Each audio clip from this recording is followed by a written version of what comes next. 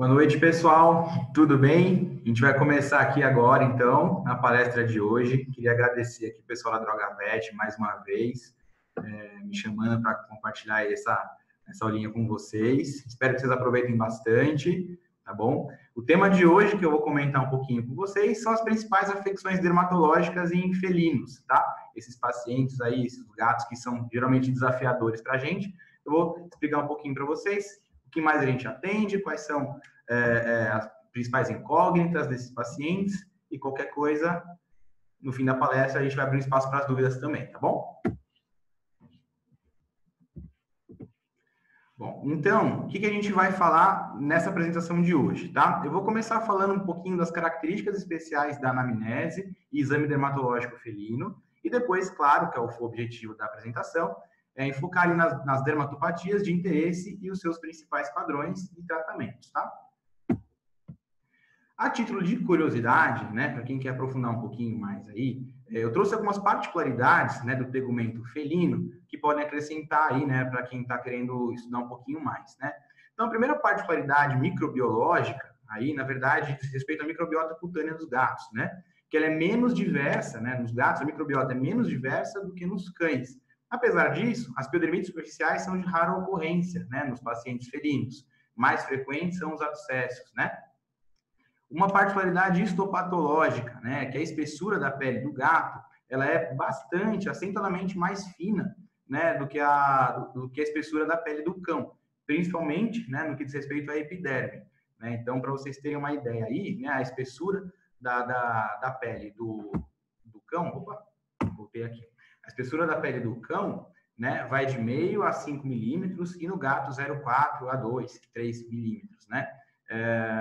Então, isso acaba predispondo a espécie felina, junto, claro, do poder da garra, né, das unhas, né, a uma maior suscetibilidade a escoriações, daquelas que a gente vê, por exemplo, nos animais alérgicos, né. Com relação à casuística, né, ela é maior, né, das dermatoses infecciosas e parasitárias, né, e a gente tem uma menor participação das doenças alérgicas e imunomediadas, né, claro, isso fazendo um comparativo com os cães. E é claro que alguma dessas, né, principais doenças a gente vai abordar daqui em diante, tá? Mas antes de abordar as doenças, eu gostaria de compartilhar com vocês também algumas particularidades, né, da anamnese e do exame dermatológico da espécie felina, tá? Algumas coisas que a gente tem que se atentar nesse paciente, que é bastante diferenciado, né, do paciente canino. Então, por exemplo, quando a gente recebe um gato jovem, né, com relação à idade primeiro, quando a gente recebe um gato jovem, um filhote, a gente tem sempre que pensar, dentre os diferenciais, os principais, que são sarna ortodésica, outras dermatites parasitárias e a dermatofitose, né? Quando a gente atende um gato jovem a meia idade, né, a gente pode começar a observar aí o surgimento de algumas doenças alérgicas, né? Então, as doenças alérgicas, elas acometem principalmente aí, iniciando os gatos de meia idade, né? Jovens a meia idade. Nos idosos, né, a gente começa a ver as dermatopatias imunomediadas com uma maior frequência, tumores de pele e associações também, né, alterações tegumentares secundárias a doenças sistêmicas. Quando a gente fala, né, em predisposição sexual, na verdade, aí principalmente, né, a gente tem nos machos não castrados a formação de abscessos e outras infecções cutâneas, né, secundárias, por exemplo, a brigas, né? Então, esses gatos machos que acabam tendo vida livre, né, que saem, o que é bastante frequente da predisposição sexual deles, são a formação desses abscessos. Com relação à raça, né? Claro que no Brasil a gente tem principalmente, né, gatos sem raça definida, né, ou os derivados dos siameses, né? Mas se porventura a gente atender um gato com raça definida, né, os Rex, o Sphinx, né, como eles têm ali um pelo mais curto, bastante curto, eles têm uma certa predisposição a ter, por exemplo, uma lacesiose, né? Outro exemplo, esse é mais clássico, né, gatos de pelo longo, por exemplo, da raça persa, eles são famosos aí por apresentarem dermatofitose, né?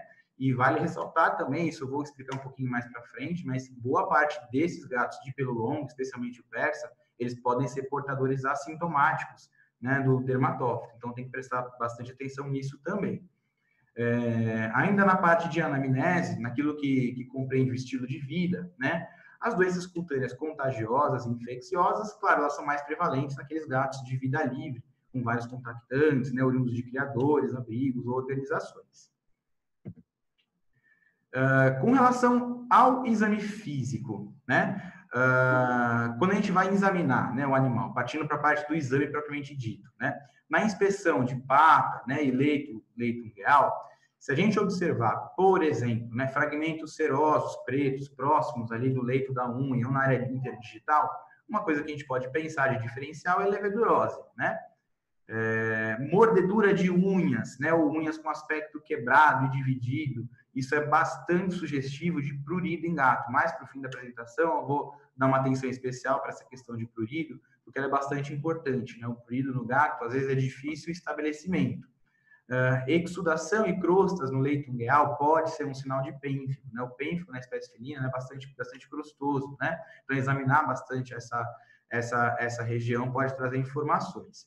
Nos coxins plantares, né? A presença de crostas, espessamento dos coxins, claudicação, pode ser um indício de dermatose imunomediada, síndrome hepatocutânea, né? Edema, claudicação, pode ser um indício de pododermatite, e assim vai. Quando a gente examina a qualidade dos pelos, né? A primeira coisa que a gente vai observar, na verdade, né? Quando a gente vê um gato descamando excessivamente, por vezes escamas presas por entre os pelos, né? Isso pode ser um indício de piodermite, né? Uma infecção bacteriana na pele desse gato. Como eu comentei, piodermite nos gatos ela não é tão frequente como nos cães. Nos cães é muito frequente, muito mais frequente, né? Mas piodermite nos gatos, muitas vezes ela se apresenta com um quadro descamativo, né? Essas escamas presas por entre os pelos. Quando a gente está diante de uma descamação mais espessa e aderente, a gente pode pensar em doenças neoplásicas ou imunomediadas. Quando a gente inspeciona o ventre desse animal, né, a presença de pústulas ou crostas ao redor dos mamilos, a gente pode pensar também em pênfilo, de novo. Na cauda, né, a presença de pelos oleosos ou até regiões mais alopécicas na cauda, a gente pode pensar em inflamação de glândulas sebáceas ou até mesmo má higienização. Alguns gatos obesos, né, que têm menos atividade, têm uma dificuldade de fazer a higienização, a lambedura dessas porções mais caudais do corpo, né? Então, a presença, até mesmo de descamação, a presença de oleosidade nessa parte do corpo pode significar uma má higienização. Agora sim, começando a parte das dermatopatias de interesse para a gente, né? Eu gostaria de começar essa parte da apresentação com vocês com as dermatoses úlcero-gomosas, né? Para quem não está, de repente, muito familiarizado com o termo, né? Goma são geralmente lesões nodulares que podem fistular, né? Então, as dermatoses úlcero-gomosas são aquelas lesões com padrão úlcero e a formação de goma, né? Então, eu vou começar mostrando algumas imagens aqui para vocês, né?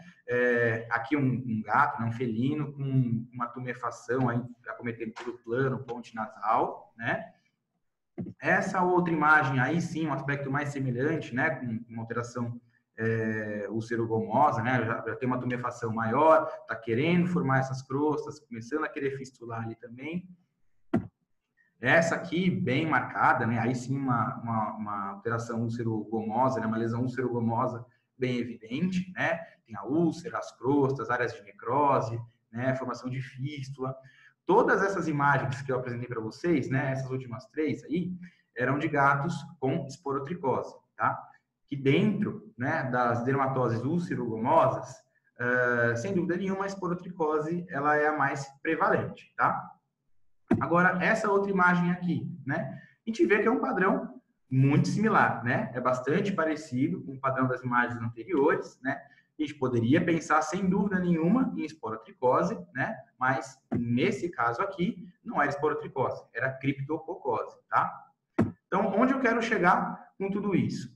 Que as dermatoses ulcerogomosas, na verdade, elas são basicamente, abre aspas, uma síndrome, né? A gente compreende aí vários diferenciais que a gente pode pensar, né? Então, a gente pode pensar em micobacteriose, algose, leishmaniose, esporotricose, criptococose, neoplasia e inocardiose. Então, sempre que a gente tem um paciente felino apresentando esse tipo, né, de lesão, a gente tem que pensar nesses diferenciais, tá? Como eu estava falando, né, a esporotricose, sem dúvida nenhuma, ela deve encabeçar aí a lista dos diagnósticos diferenciais, né? E felizmente, costumo brincar, né, que o gato nasceu para ter a esporotricose diagnosticada, porque até mesmo um diagnóstico citológico é bastante simples, né? Então, aqui nessa imagem que eu trouxe para vocês, né, a gente tem aí, né, algumas células de defesa, né, e bem ao centro da tela, né, um macrófago, e dentro desse macrófago a gente tem aí estruturas leveduriformes, né, com esse halo transparente em volta, né, que não é corado, né, esse halo, na verdade, é porque não foi corado, né, no panótipo, na coloração comum, né, essa estrutura com esse halo em volta, nessa dimensão, é bastante sugestiva do Sporotrix, né. Então, o gato ele é bastante tranquilo da gente fazer o diagnóstico da esporotricose. É diferente, por exemplo, do cão. O cão tem um diagnóstico de esporotricose muitas vezes bastante complicado, tá? A citologia muitas vezes não revela nenhum tipo de estrutura fúngica.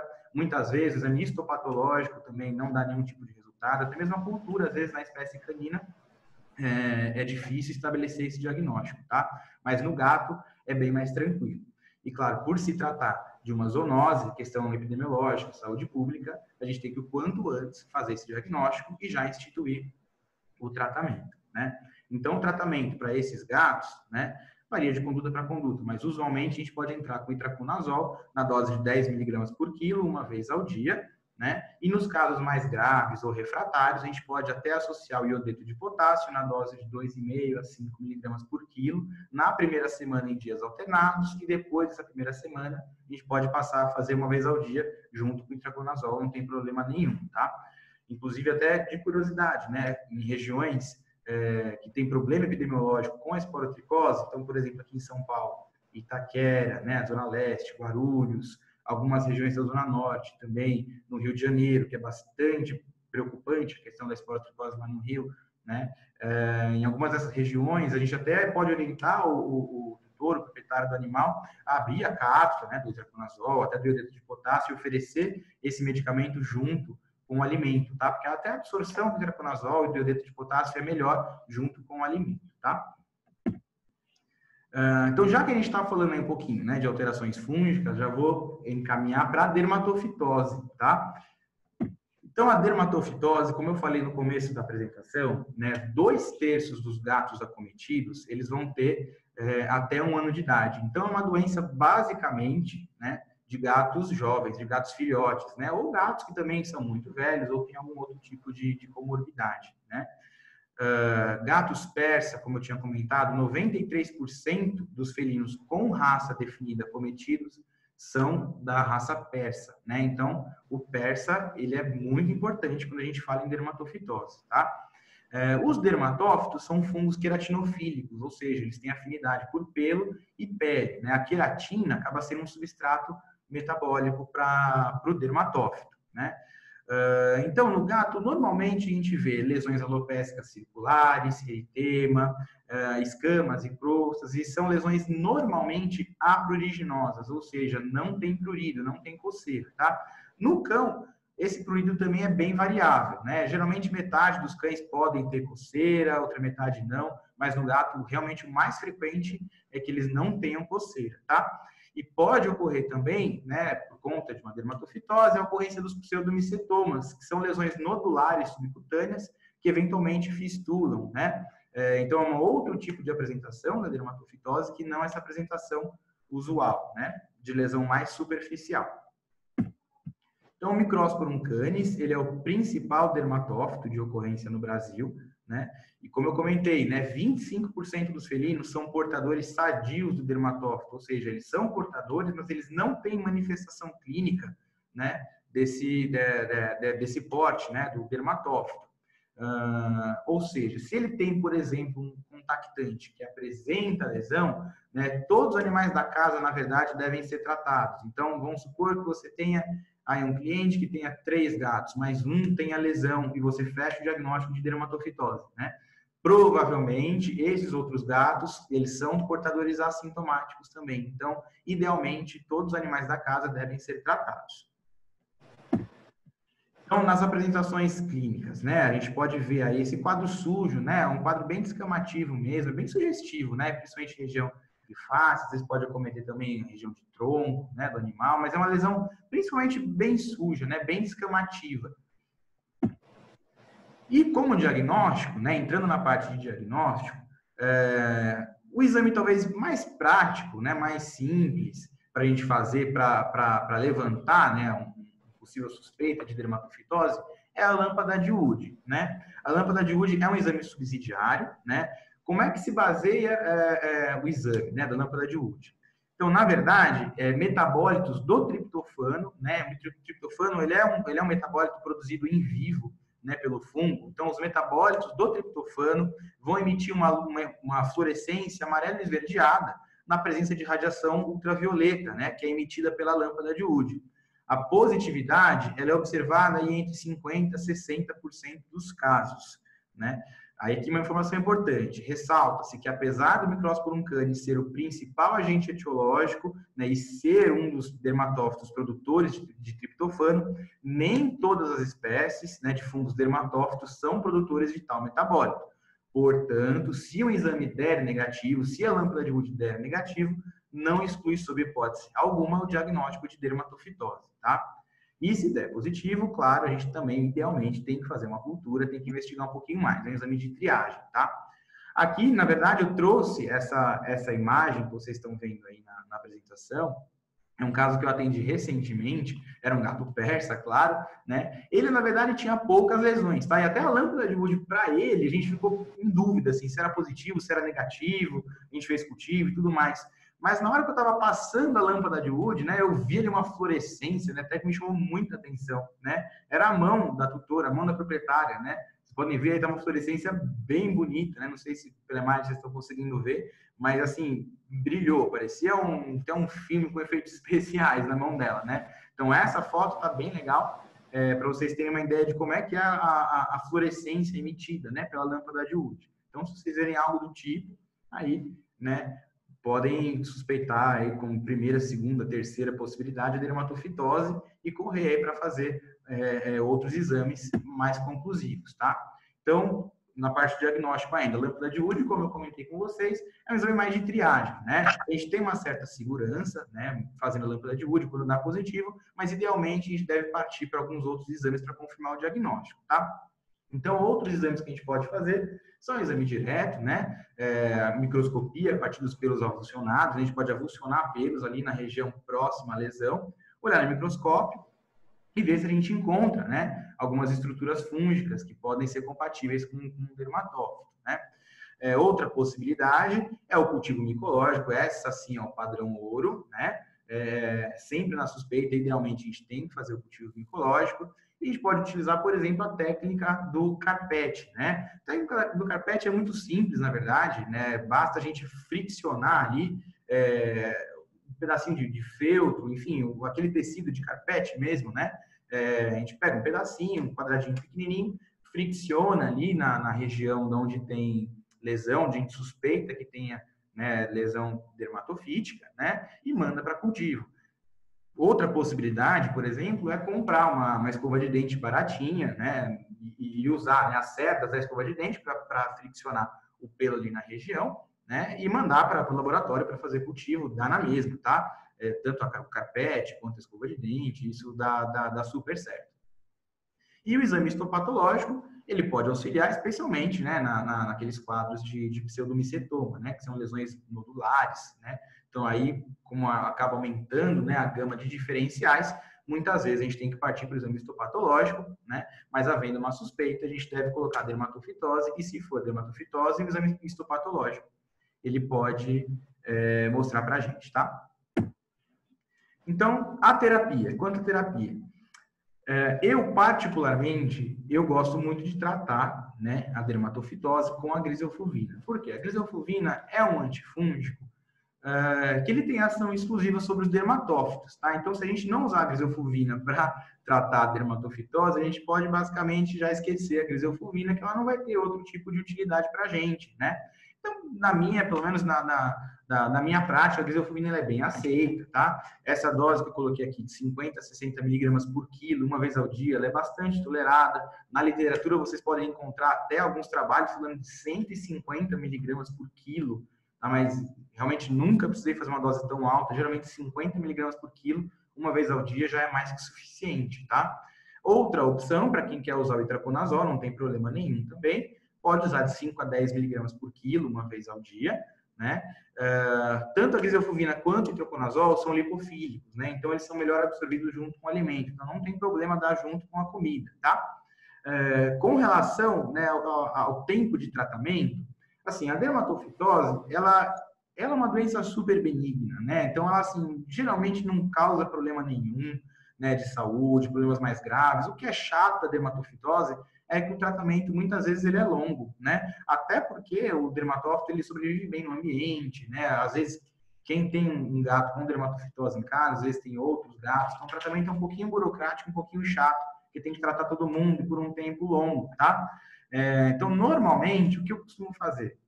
Você vai tratando, geralmente passa de um mês, né? Geralmente 20, 30 dias, você já começa a ver que as lesões, se for uma dermatofitose simples, uma lesão única, vocês já podem começar a perceber que essas lesões já vão desaparecer. Então, com 20, 30 dias, o animal visivelmente vai aparecer sadio, né? Então, nesse momento, você pode já fazer um cultivo micológico. Se der positivo, continue o tratamento. Se der negativo, estenda esse tratamento por mais 15, 20, às vezes até 30 dias, dependendo ali do desafio, né? Para a gente ter segurança de tirar a medicação. Então, normalmente, aí eu coloquei aqui um período mínimo de 45 dias, mas normalmente até passa um pouquinho desse tempo. Geralmente a gente trata por uns 2 meses a dermatofitose, tá? Para tratar o ambiente, como eu falei, o dermatófito às vezes ele pode ser um pouquinho chato, porque ele é meio resistente no ambiente. Diluição 1:10, né, de hipoclorito de sódio em água já é suficiente para tratar o ambiente, tá? Com relação às dermatopatias virais, eu coloquei as dermatopatias virais porque, assim, elas não são frequentes, tá? Na verdade, elas são bem raras, né, na medicina felina, mas elas são bastante importantes, porque geralmente elas estão acompanhadas, né, das retroviroses, né? Então, o gato que apresenta algum tipo de dermatopatia secundária à infecção viral, a gente tem que prestar bastante atenção nele na parte sistêmica. Então, aí, a pele, né, sendo um sinalizador, né, de que a gente tem que investigar um pouquinho mais essa questão sistêmica e as retroviroses, tá? Então, o vírus da felve, claro, é o vírus da leucemia felina, né, um vírus associado à imunossupressão. Então, o que a gente sabe é que ele é um vírus indutor de linfoma e sarcomas cutâneos, né, gatos portadores do felve podem apresentar, né, ter uma predisposição a ter piodermite, né, podem ter oniquite, que é inflamação na matriz das unhas, dermatite esfoliativa, né, podem ter também, né, um padrão que a gente chama de dermatite crostosa pruriginosa, né, que são lesões descamativas, erosivas, né, principalmente ao redor de lábios, região de face, né, mas também em coxins, junção mucocutânea de ânus, prepúcio e tronco, né. Mas do felve, o que a gente vê com, não vou dizer com mais frequência, porque não é frequente, tá? Mas o que a gente vê de mais curioso do felve causando nesses gatos, assim, do ponto de vista tegumentar, dermatológico, né, a formação dos córneos cutâneos. Córneos cutâneos são lesões hiperproliferativas queratinizadas, né? Eu coloquei aqui uma foto que vocês podem ver, né? Isso é bastante sugestivo, né, de gatos com felve. Quando a gente vê um gato apresentando essas projeções, né, queratinizadas aí, né, nas patas, a gente deve sim pensar na possibilidade de felve, tá? Como eu falei, não é extremamente comum, mas dentro das alterações, né, trazidas pelo vírus da felve, os córneos cutâneos eles são talvez a principal alteração dermatológica.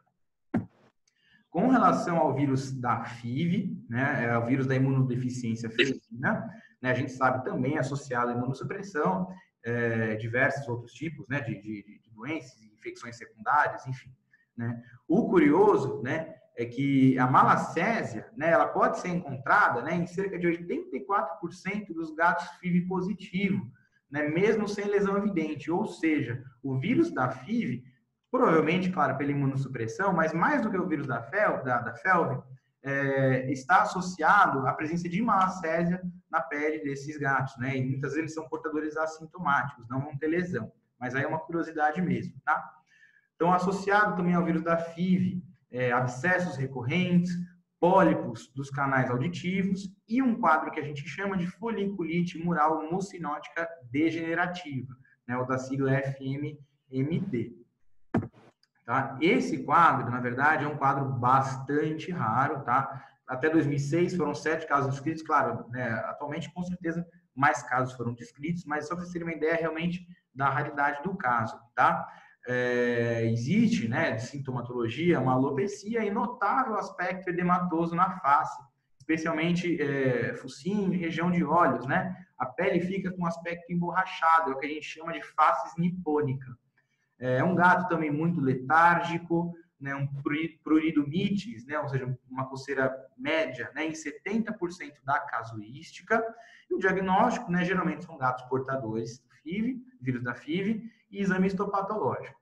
Então, assim, não é frequente, né, mas eu trouxe essa imagem porque, assim, quando você vê uma vez um gato com foliculite mural mucinótica, né, você passa a suspeitar de outros gatos. Então, é uma lesão bastante marcante, né? Então, olhando para o rosto desse gato, a gente vê claramente aquela face nipônica, né? Uma pele com aspecto emborrachado, olha ali em volta dos olhos, região da pálpebra bastante edemaciado, região da boca também, região do nariz, né? Uma alopecia generalizada. Então, é um quadro bastante marcante.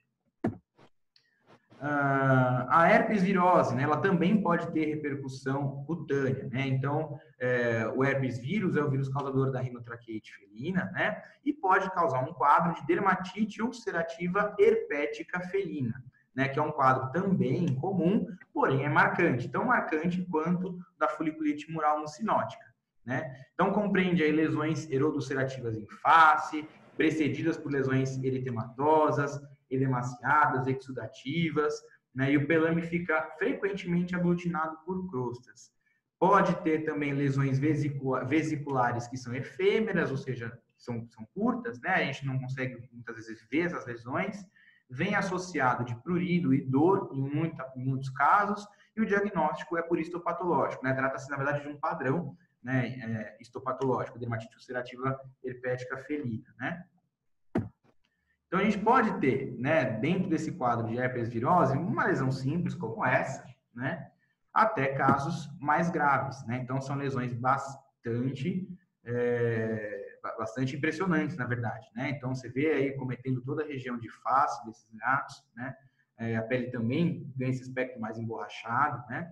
Então, sempre que a gente olhar um gato, né, atender um gato com esse tipo de padrão, tentar associar com a possibilidade da herpes virose e alguma outra doença também de caráter imunossupressor, por exemplo, as retroviroses, inclusive, FIV e FeLV. Com relação às dermatopatias parasitárias, né? Aí voltando também para a parte do feijão com arroz, né? Porque aí realmente volta a ser comum. As dermatopatias parasitárias, né? Aí o que eu vou comentar são a sarna notoédrica e a sarna otodésica. É o que a gente tem, talvez, de mais frequente na dermatologia felina ainda hoje, tá? Lógico que varia da região que você trabalha, que a gente atende, mas ainda é bastante comum. Então, começando pela sarna notoédrica, né? Um sinônimo de sarna notoédrica é a escabiose felina, né? Que é causada aí, a escabiose felina pelo Notoedris cati. Né? Então, há cerca de 25 anos, a ocorrência era de 15%, né? Esse é um dado da Academia Americana de Dermatologia Veterinária, né? Então, assim, décadas atrás, sem dúvida nenhuma, era um quadro que dominava. Como eu falei, ainda hoje é importante, tá? Mas décadas atrás era dominante, né? A gente atendia um gato, boa parte desses gatos iam ter aí a ocorrência de sarna notoédrica, até mesmo sarna otodésica, né? Isso mudou, na verdade, vou comentar um pouquinho já, mas mudou até pela questão dos antipulgas, né? Os antiparasitários, né? Que muitos deles já vão tratar e prevenir concomitantemente aí a sarna, né? A sarna notoédrica, a sarna otodésica. A escabiose felina, ela é 2,5 vezes mais frequente do que a escabiose canina, tá? É um dado interessante para vocês. E mais ou menos aí, né, dentre os felinos portadores de OP e dermatopatias de cunho parasitário, quase 40% aí são acometidos pela escabiose. Então, é uma casuística bastante importante, tá? Da escabiose felina. Ela é extremamente pruriginosa e contagiosa, né? Então, assim como na escabiose canina, né? Coça bastante, é contagiosa, pode passar inclusive para o ser humano, né? Transmissão direta e indireta.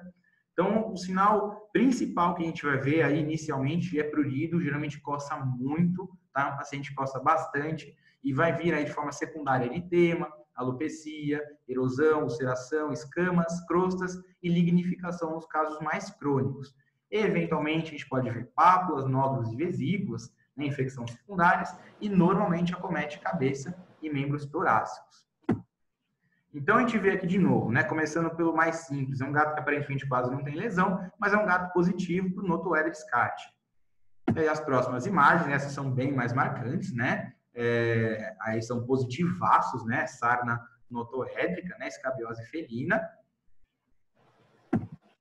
Com relação ao diagnóstico, né, também existem algumas táticas que podem auxiliar a gente, tá? Então, o reflexo ortopedal, né, tanto no cão quanto no gato, a gente pode fazer essa manobra, né, que consiste na fricção da zona de Henry. A zona de Henry, na verdade, é aquela região da base da orelha que tem uma espécie de bolsinha, né, ali na orelha, tanto de cães quanto de gatos, né, mas é uma região na base da orelha, né? A positividade, né, do teste é caracterizada quando o animal responde, né, com movimentos rápidos e ritmados do membro posterior ipsilateral, simulando o ato de coçar. Então, a gente vai lá, esfrega, né, essa orelha na zona de Henry, principalmente, né, e o cão ou o gato, ele vai começar a simular o ato de coçar. Né? É uma manobra que auxilia no diagnóstico de escabiose e otocaríase de cães e gatos. Ela não fecha o diagnóstico, claro, né? Mas na verdade, uma manobra interessante, né, que muitos cães e gatos, né, falando mais especificamente dos gatos, muitos gatos que são portadores, né, dessas dermatites parasitárias, são gatos positivos ao reflexo ortopedal. Claro que o reflexo ortopedal, ele por si só não fecha diagnóstico, né? Então, o padrão ouro é o exame parasitológico, né? Parasitológico tanto de fita quanto de raspado cutâneo. O Notohedris cati, como a gente vê aí na imagem, ele é menor comparativamente ao Sarcoptes scabi, né? Que é o responsável aí pela escabiose canina, né? Então, ele é menor, o cati ele é menor, né, do que o Sarcoptes scabi, mas normalmente o número de ácaros, né, nos gatos ele é maior, né, na sarna notohédrica do que na sarna sarcóptica, ou seja, o exame parasitológico raspado, né, no gato, geralmente ele é mais sensível, a gente consegue fechar um diagnóstico mais fácil pelo raspado do que no cão, por exemplo, né? Então, a positividade do exame parasitológico de raspado cutâneo, esse EPCR, né, é na ordem de 80%, sendo preferencial o raspado na região cervical e na zona de Henry. Com relação à sarna otodécica, então, né? A sarna otodécica tem como sinônimo a otoacaríase ou sarna de ouvido, né? Ouvido a gente não usa mais esse termo, né? Mas é como ficou conhecido, né? Sarna de ouvido. É causada pelo Otodectes sinotis, né? E 25% dos gatos com otites são portadores de otoacaríase. A transmissão, ela se dá por contato direto, ou seja, um gato vai passando para o outro, tem uma alta transmissibilidade, tá? Então, uma atenção especial ao período neonatal. Então, como eu falei lá no começo da nossa apresentação, gatos filhotes, né, gatos muito jovens, eles são mais suscetíveis, né, a sarna otodécica, a sarna notohédrica. Então, atenção especial a esse período neonatal, em que a parte imunológica não está muito bem formada ainda nesses gatos, então eles podem estar suscetíveis, né, aí a ocorrência de sarna otodécica também, né. Existem alguns poucos relatos de ectoparasitose em humanos, né, que pode significar um possível potencial zoonótico também, né, mas são poucos relatos, não é algo extremamente preocupante para a gente, tá? É mais uma curiosidade também. Então, né, o ácaro ele vai se alimentar de restos epidérmicos, né, e fluidos teciduais. Como consequência, né, desse parasitismo, a gente pode ver aí um epitélio meatal eritematoso e o conduto auditivo repleto de cerume, né, um exudato, uma secreção sanguinolenta, pelo parasitismo mesmo, né? Pode acontecer também uma reação de hipersensibilidade. Alguns gatos podem ter hipersensibilidade, inclusive, né, à presença do ácaro lá dentro do conduto auditivo, né? Vai desencadear uma irritação mecânica e química, né? E por consequência, claro, prurido e lesões. Então, os principais sintomas e achados, né, da otoacaríase são prurido intenso, reflexo otopedal positivo, rarefação pilosa em base de pavilhão auricular, escoriações, cerume enegrecido, seco, frequentemente bilateral E o otematoma, né? O otematoma, né, abre aspas, é como se fosse aquela orelha de lutador, né? Então, por consequência do trauma, de coceira crônica na orelha, pode estourar ali alguns vasinhos e formação do otematoma, né? Que é secundário ao ato de coçar. Né? Então, continuando no diagnóstico, né? Além do raspado, né? Do raspado, não, perdão, do exame parasitológico, a gente pode usar a otoscopia, né? Então, com o auxílio de otoscópio, a gente pode observar um ácaro de coloração esbranquiçada, né? Um aspecto de iglu que movimenta-se, né? Ali no meato de animais parasitados. A sensibilidade em literatura é de 33%, mas honestamente eu acho que é um pouquinho menos. Eu, particularmente, eu nunca consegui ver ao vivo um Otodex sinotes ali pela otoscopia, né? Mas quem quiser pode tentar fazer otoscopia e é possível, como vocês veem aí na imagem, encontrar o ácaro andando, fazendo o parasitismo dele aí, né? Então, o exame parasitológico de cerumen, esse sim, como eu falei, é o padrão ouro, né? A gente pode fazer um swab da parede do conduto auditivo de maneira superficial, pegar uma boa quantidade, né, desse cerumen e depositar o cerumen sobre uma lâmina de vidro, adiciona ali 1 ou 2 gotas de potassa, né, que é o hidróxido de potássio a 10%, e recobre com a lamínula. Deixa ali alguns minutinhos descansando, né, para a potassa agir, limpar, né, essa queratina, limpar um pouquinho o material, e olha no microscópio sob aumento de 10 vezes, né? A sensibilidade aí, no caso, é de cerca de 50%. Então, na verdade, com um pouquinho de treino, um pouquinho de prática e pegando bastante material, quando dá para pegar bastante material lá de dentro do conduto mesmo, né, a gente faz um bolinho ali na lâmina e consegue uma sensibilidade até um pouquinho maior do que isso, tá? Geralmente é tranquilo de achar pelo exame parasitológico de cerumen. Quando a gente vai fazer, né, o exame parasitológico de cerumen, entra aí, né, um dos sinais dermatológicos clássicos, né, que é o sinal da borra de café. Então, o sinal da borra de café ele é bastante comum, né, é presente em casos de otopatias externas parasitárias, por exemplo, nas decorrentes, né, da presença do Otodex sinotes, né. Então, ganha esse aspecto aí de borra de café, como vocês podem ver na imagem, né, quando vai passar ali o swab, né, sai ali, parece mesmo uma massa ali enegrecida, né? Essa coloração é uma associação, né, de cerumen, cerumen acumulado, presença de sangue também, todo esse material depositado no conduto gera um cerumen dessa coloração que parece borra de café. E é um sinal bastante comum, é um sinal sugestivo, né? De novo, é um sinal, não fecha o diagnóstico por si só, mas é um sinal sugestivo de otoacaríase. Então, a terapia das sarnas, né? Como eu comentei ali agora há pouco, né? Com relação à casuística, né?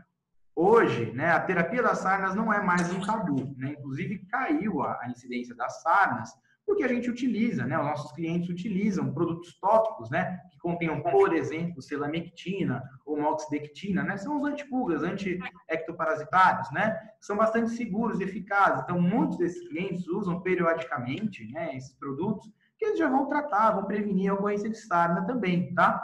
Então, na verdade, hoje em dia, a gente se encontra um paciente felino com a presença de sarna, tanto a sarna notodécica quanto a sarna notoédrica, é bastante tranquilo a gente tratar com os produtos tópicos mesmo, tá? Uma base de selamectina ou moxidectina, como eu falei, raramente, hoje em dia, a gente entra com a terapia clássica, né? Com ivermectina, né? Hoje, muito difícil a gente entrar com a ivermectina. Na verdade, a indicação mesmo é entrar que seja mais seguro, tá? Então, hoje não é mais um tabu tratar. Geralmente, a gente sempre preconiza, né, a utilização mensal desses produtos tópicos, né, por pelo menos 3 meses, né, na expectativa aí de zerar as lesões.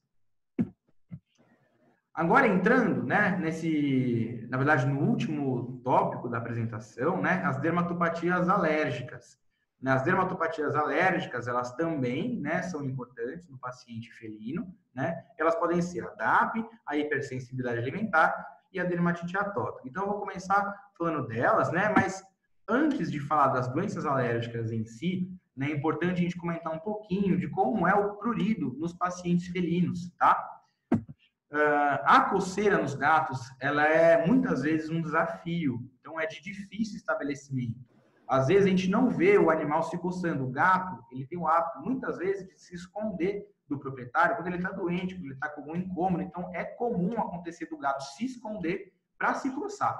E aí, muitas vezes, a gente só vê o gato em gato alérgico quando ele aparece com aquelas escoriações feias, né? Que normalmente a gente vê no gato alérgico.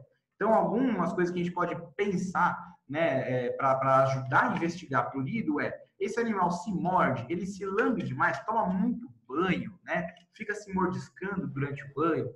Quando a gente vai inspecionar a unha desse gato, ela tem um aspecto quebrado, um aspecto dividido, né? O gato tem o costume de puxar o pelo, fica se esfregando, né, pelos móveis, pela casa. Isso tudo pode ser um indício de prurido nesse gato, tá? Então, como eu falei, às vezes a gente não vê o gato se coçando, mas a gente tem que ficar munido de outras informações que o gato dá para a gente fazer esse estabelecimento da coceira no gato, tá? Então, as vibriças, né, outro exemplo, as vibriças, né, os bigodes ali do gato, né, elas muitas vezes podem aparecer quebradas, né, isso é um sinal importante de prurido nos gatos atópicos, tá? As alergopatias em felinos, né, isso é bastante importante, né, independente da etiologia, seja DAP, seja hipersensibilidade alimentar, seja dermatite atópica felina, né, elas vão ter basicamente o mesmo padrão lesional, tá? Muitas vezes elas se apresentam de forma igual.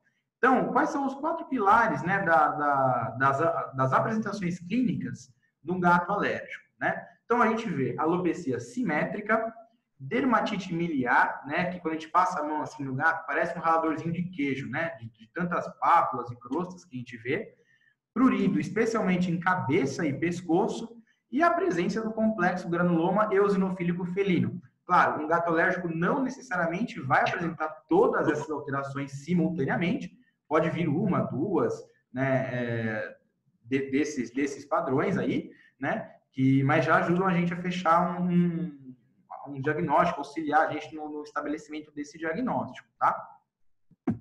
Então, passando aí algumas imagens, né? Um gato aí com essas lesões alopécicas, tem até uma escoriaçãozinha aí em cima, né? Entre as orelhas, né? Decorrente de prurido. Então, a gente vê alopecia bilateral simétrica, dá para ver bastante assimetria, né? E é um prurido em face, né? Como eu falei para vocês. Então, a gente já tem, pelo menos nessa imagem, 2 pilares, né? Então, a lesão em face, bilateral e simétrica. Aí, de novo, né, uma lesão linear, né, também induzida por autotraumatismo. Aí, de novo, o mesmo paciente, né, lesão em pescoço, né, literalmente o gato passa a unha aí nessa região e volta a focar, né, região de pescoço, região de face. O gato alérgico coça muito nessas regiões, né. Então, o gato literalmente passa a unha, passa a garra aí e gera uma escoriação, uma lesão bastante feia, né. Com relação ao complexo granuloma eosinofílico, né, realmente é um complexo, né, que é compreendido por úlcera, placa eosinofílica e o granuloma eosinofílico em si, né. Então, a úlcera eosinofílica, o que ela é? São úlceras bem demarcadas que ocorrem principalmente no lábio superior do gato alérgico, né. Então, a gente pode ver aí nessas imagens, lábio superior desses 2 gatos, né, acometidos pela úlcera eosinofílica, né? Então, a placa eosinofílica, placa, por definição, nada mais é do que a fusão de pápulas, né? Então, o gato ele vai se lamber, né? Ele vai se coçar. Então, onde a língua do gato alcança, ele pode trazer uma fusão de pápulas e formar essa placa eosinofílica, como a gente vê nas imagens aí a seguir, né? Então, a região de membro, região inguinal, aí a gente forma literalmente placas eosinofílicas em decorrência de lambedura crônica, né? E decorrência também de uma alteração, né? De uma dermatose alérgica. O complexo granuloma eosinofílico, né? Na verdade, o granuloma eosinofílico são lesões nodulares, né? Que podem ulcerar e podem drenar exudações também, né? Em que no interior a gente pode ver pequenas coleções de material branco amarelado que corresponde ao foco de degranulação eosinofílica. É bastante usual em cavidade oral e queixo e aparentemente não causa prurido, porém, apesar disso, né, como é em região de boca, né, região oral, pode dificultar a alimentação desse gato. Então, muitas vezes não é incomum o gato com um granuloma eosinofílico ter alguma dificuldade para se alimentar, por exemplo, né? Então, a gente vê aí as lesões, né, de granuloma eosinofílico felino, também secundário a uma doença alérgica, né? Essa segunda imagem vendo aí bem na região da língua, né? Então, a gente imagina que pode ter uma certa dificuldade para esse animal aprender o alimento. Agora, entrando no mérito, sim, né, do diagnóstico das doenças alérgicas, sem dúvida nenhuma, nos gatos, né, a dermatite alérgica por picada de pulgas, ela é a mais prevalente atualmente, tá? No Brasil ainda é a DAP nos gatos, felizmente, na verdade, vocês vão entender por quê, mas felizmente a DAP das doenças alérgicas, ela é a mais comum ainda, tá? A policiose no Brasil é um problema perene, tá? Então a gente está, na verdade, num país que não tem grandes variações, né, de clima, né? Então a pulga não importa, claro, no verão às vezes pode ter um pouquinho mais, mas mesmo no inverno, né, pode acontecer, pode aparecer DAP, tá? O clima não varia tanto no Brasil. Então, na verdade, o que acontece, né? Existe, né, uma reação de hipersensibilidade, né, à secreção do aparelho picador, né, da pulga, né? Nesse aparelho, nessa secreção, a gente pode encontrar polipeptídeos, aminoácidos e compostos aromáticos. São múltiplos antígenos completos, né, que podem desencadear uma reação de hipersensibilidade, tanto tipo 1 quanto tipo 4, né? Então, a gente pode ter uma hipersensibilidade, né, uma coceira tardia, né, que vai significar um prurido mesmo sem pulgas, ou seja, o animal ele pode ser alérgico à picada de pulga, né, ele pode eventualmente ser picado hoje por uma pulga, né, não precisa de uma grande infestação para desenvolver alergia, né, no gato que já é alérgico, no gato que já está sensibilizado, né?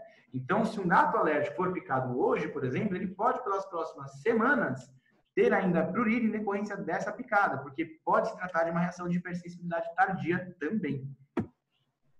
Então, a DAP não tem predisposição racial, sexual ou etária. Então, as manifestações são prurido e, como eu disse, não precisa de muita pulga. Quando o animal ele é alérgico, basta, às vezes, uma simples picada para entrar em contato, né, com a saliva símile, né, e todos esses antígenos completos e perpetuar aí uma crise alérgica. Então, o prurido ele vai levar, né, o eritema, alopecia, pápulas, escamas, escoriações, ulcerações, pústulas e crostas, e nos casos mais crônicos, hiperpigmentação, hiperqueratose e até mesmo lignificação. Então, na verdade, né, nós finalizando aqui a parte da DAP, claro que a gente vai começar a nossa triagem da alergopatia, né, pensando em DAP. Né? Assim como a gente faz nos cães, a gente faz uma triagem de investigação, né, para determinar qual é a alergopatia, né, que acomete o animal. Então, a primeira parte da triagem que a gente faz é triar se é ou se não é DAP. Né? Então, claro que o tratamento da DAP, né, e parte da investigação é a utilização periódica de medicamentos antipulga, né? Então, a gente sempre preconiza aí pelo menos 2 meses de uso regular, né, de antipulga em todos os contactantes, né, da casa. E se, mesmo com o uso regular, o animal continuar se coçando, a gente avança na triagem e começa a pensar em dermatite trofalérgica, né? Que hoje em dia também chamado por alguns atores de reações cutâneas adversas ao alimento, né? Então, é uma hipersensibilidade principalmente tipo 1, mas também tipo 3 e tipo 4, ou seja, também pode ter um componente tardio, uma hipersensibilidade com manifestações tardias. Então, o alimento ele pode ter aí uma grande diversidade de antígenos, né? E a barreira intestinal normal, né, é tarefa dessa barreira intestinal proporcionar tolerância a tais moléculas, né, do alimento. Mas quando a gente tem um animal, seja de um cão, seja um gato, com a dermatite trofalérgica, a gente tem, na verdade, de background, né, alterações em células epiteliais, células dendríticas e outras células imunológicas que vão propiciar aí um desbalanço nessa tolerância imunológica, né, principalmente havendo redução de função das células T regulatórias, né. O diagnóstico ele é clínico, então ainda, né, não existe, na verdade, nenhum diagnóstico laboratorial que seja 100% validado, né, para fechar um diagnóstico de dermatite trofalérgica. Então, o diagnóstico ainda assim ele é clínico, né, mas ele infelizmente ele é bastante trabalhoso e de pouca adesão. É de pouca adesão porque a gente tem que modificar a dieta desse paciente, né? A gente tem que fazer a chamada dieta de eliminação para fechar ou não o diagnóstico.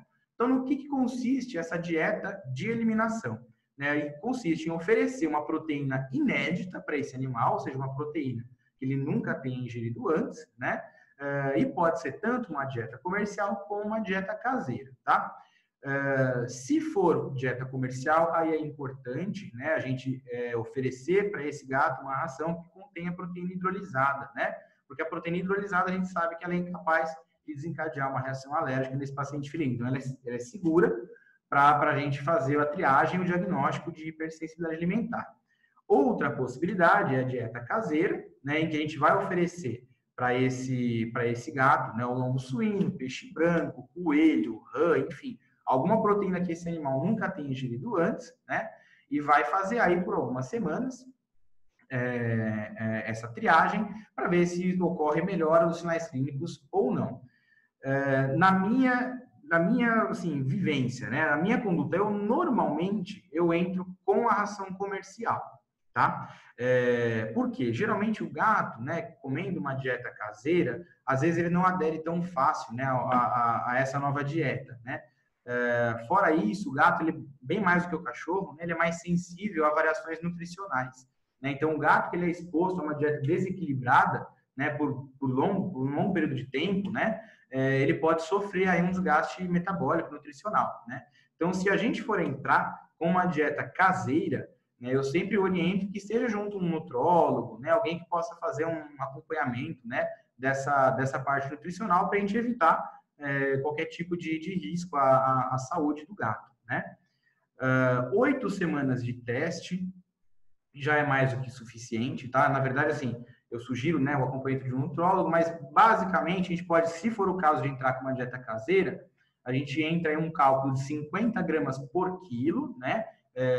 Isso um cálculo de alimento total diário, né? Então, 50 gramas quilo vai ser o total de alimento que esse gato deverá receber, né? E, no mínimo, 50% desse total, né, é da proteína, tá? Porque o gato, a gente não pode esquecer que o metabolismo do gato, né, ele é um carnívoro estrito, né? Então, o gato, ele depende bastante da proteína, tá? Então, para o metabolismo dele. Então, é no mínimo 50% de proteína, tá?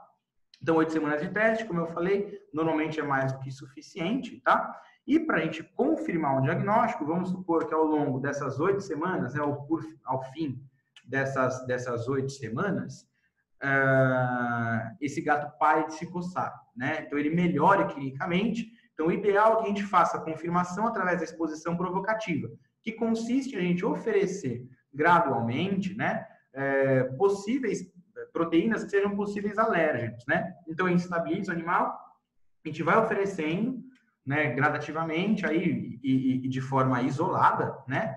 Proteína de frango, proteína de carne bovina, por exemplo, e assim vai, para fim da gente determinar qual que é de fato o componente alérgico, tá? Que está cometendo esse animal.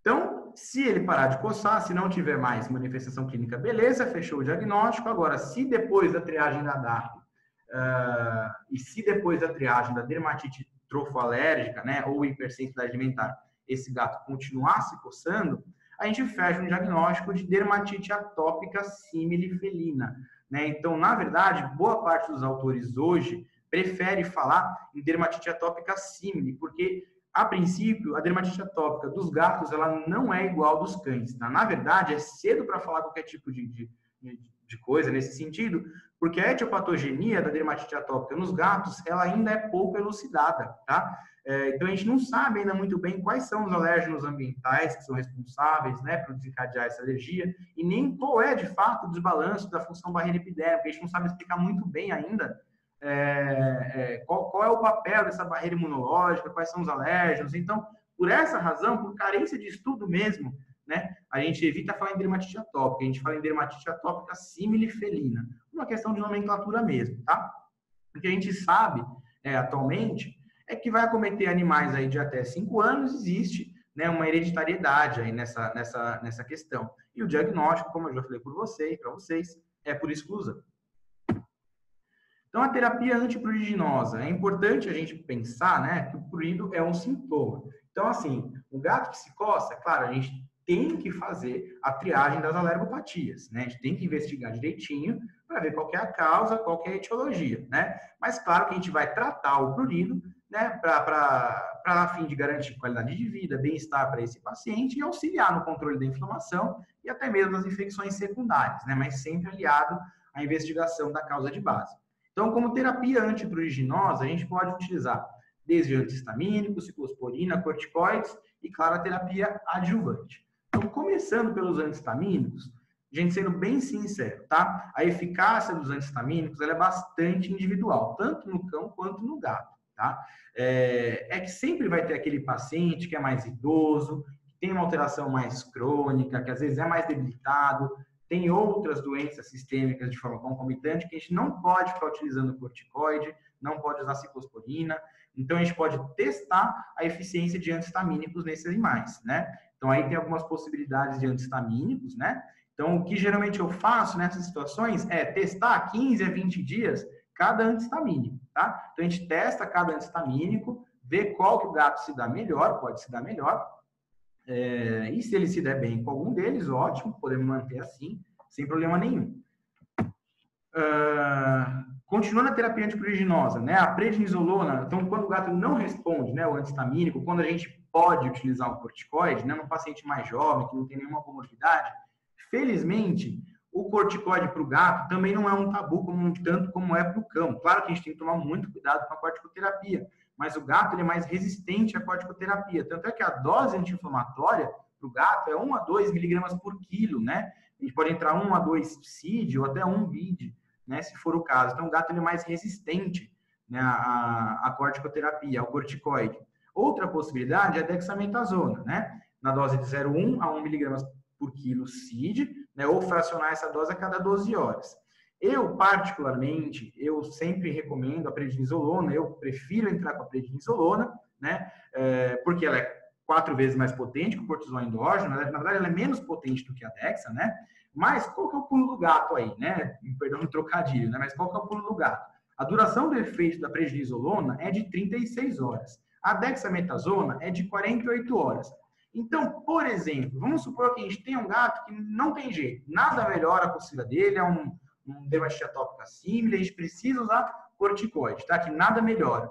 A gente pode, de uma forma até relativamente segura, usar a prednisolona na menor dose possível, né? EDA, né? Na verdade, na menor frequência possível. Se a gente conseguir chegar, né, numa frequência em dias alternados, a gente pode ficar relativamente despreocupado, porque a administração em dias alternados na prednisolona vai promover uma janela de 12 horas em que a adrenal vai estar plenamente funcionante, né? Então, claro, um animal com uso de corticoide crônico, ele tem que ser monitorado, ele tem que ser acompanhado sempre muito de perto, né? Mas nessa condição, se não tiver o que fazer, né, na menor dose possível e pelo menos, né, em dias alternados, se conseguir uma frequência maior, menor, uma frequência menor do que essa, melhor, né? Mas EDA a gente já está aí relativamente tranquilo. A ciclosporina, né? Ela é um inibidor de calcineurina, ela inibe a produção de citocinas e diminui a atividade de linfócitos T. Né? É comum, né, tanto em cão quanto em gato, a ocorrência de vômito e diarreia, né? Por conta do uso da ciclosporina, mas é um tipo de alteração que tende a diminuir ao longo das semanas. Então, às vezes, a gente insiste um pouquinho na ciclosporina, faz um suporte gastrointestinal, e isso tende a resolver, tá? Então, a gente pode manter a ciclosporina, né, e tende a esse efeito adverso sendo controlado ao longo das semanas. A dose é de 5 a 10 miligramas por quilo uma vez ao dia, porém, é um medicamento que vale a pena a gente insistir, né, porque a melhora clínica ela é observada de 4 a 8 semanas, ou seja, não é um medicamento que a gente vai comprar e vai fazer efeito em 2, 3 dias, uma semana, tá? A gente tem que insistir um pouquinho com a ciclosporina, porque até atingir aquela concentração terapêutica, às vezes vai de 4 a 8 semanas, e aí depende muito do proprietário também, porque é um medicamento relativamente caro.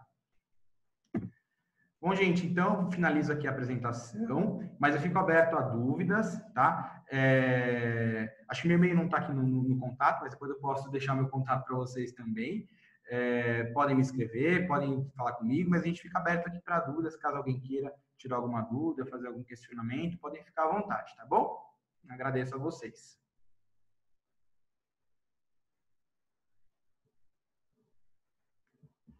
Não? Nenhuma dúvida?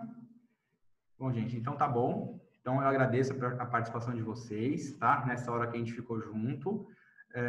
Espero que eu tenha conseguido contribuir um pouquinho aí para vocês e ajudado na casuística dos felinos, tá bom? Então, um abraço para todos e obrigado. Até a próxima.